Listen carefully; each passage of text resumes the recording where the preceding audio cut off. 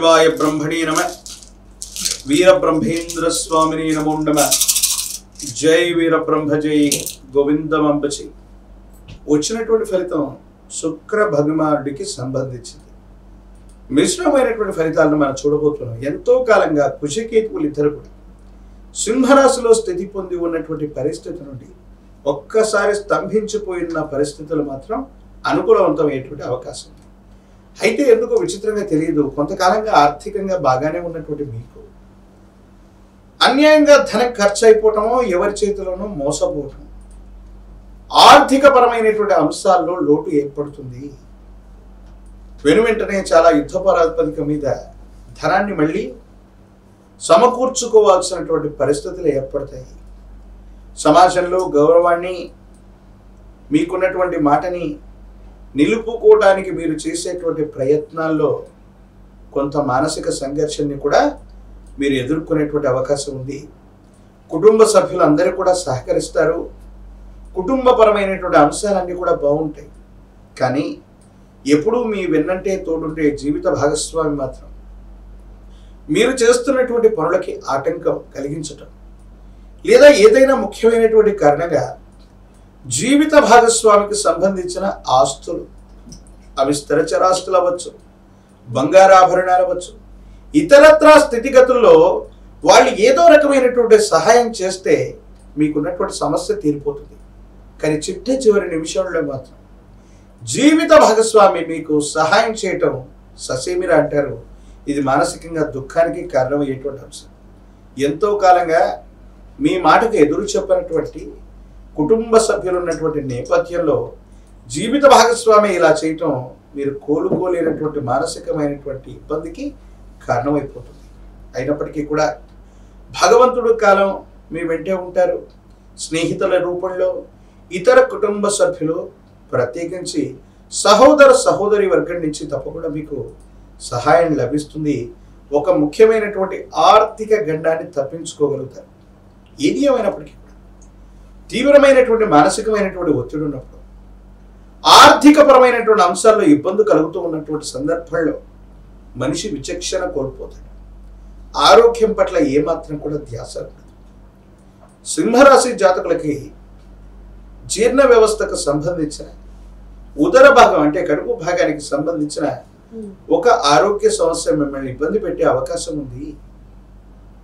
దూర ప్రాంత ప్రయాణాలు చేస్తున్నటువంటి వాళ్ళకి అనుకూలంగా ఉంది. సాంకేతిక పరమైనటువంటి అంశాలు కొన్ని ఇబ్బంది పెట్టే అవకాశం ఉంది. కాబట్టి 1-2 సార్లు అన్ని విషయాల్ని పరిశీలించి పరీక్షించుకొని మాత్రమే ముందుకు వెళ్ళేటువంటి ప్రయత్నం తప్పకుండా చేయండి.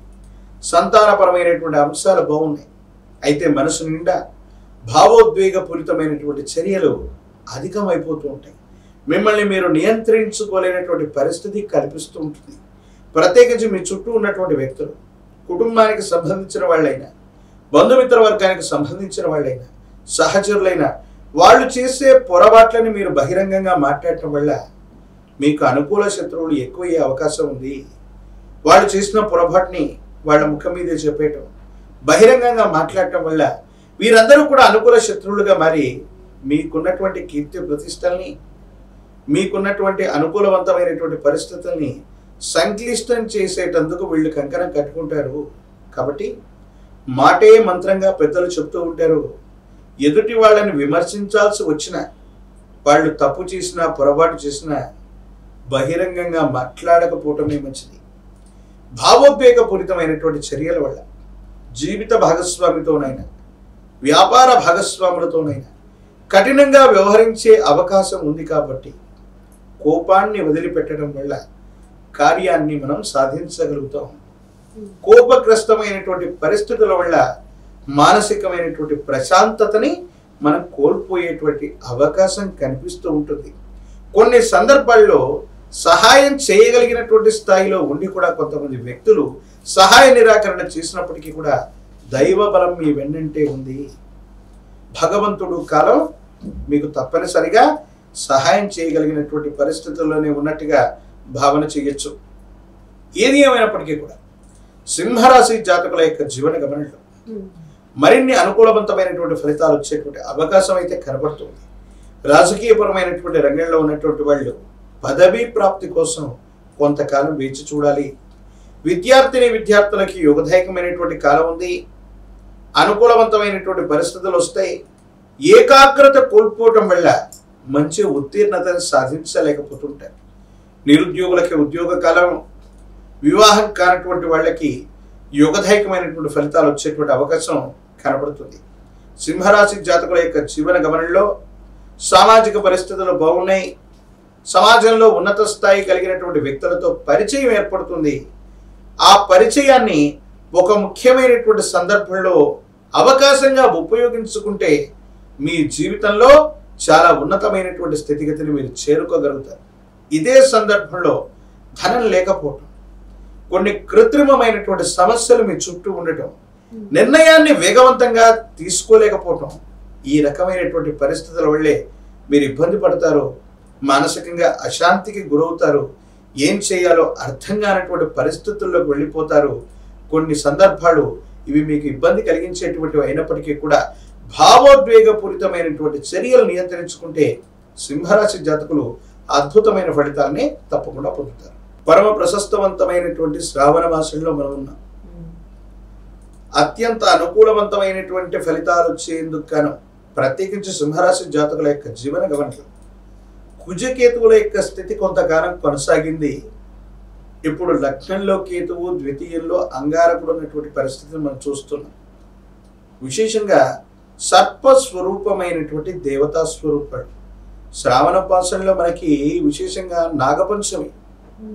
ఇది సమస్తమైనటువంటి సర్పదేవతలకి చాలా ప్రీతికరమైనటువంటి పాముల పుట్టలో పాలు పోసి 11 ప్రదక్షిణలు చేసి అంగుళ ప్రమాణంలో ఉన్నటువంటి వెండి నాగపడకని కనుక పాముల పుట్టలో వదిలిపెడితే సమస్తమైనటువంటి ఇబ్బందులు తొలగిపోయి యోగదాయకమైనటువంటి మార్పులు కలిగేటువంటి అవకాశం కనిపిస్తూ ఉంటుంది.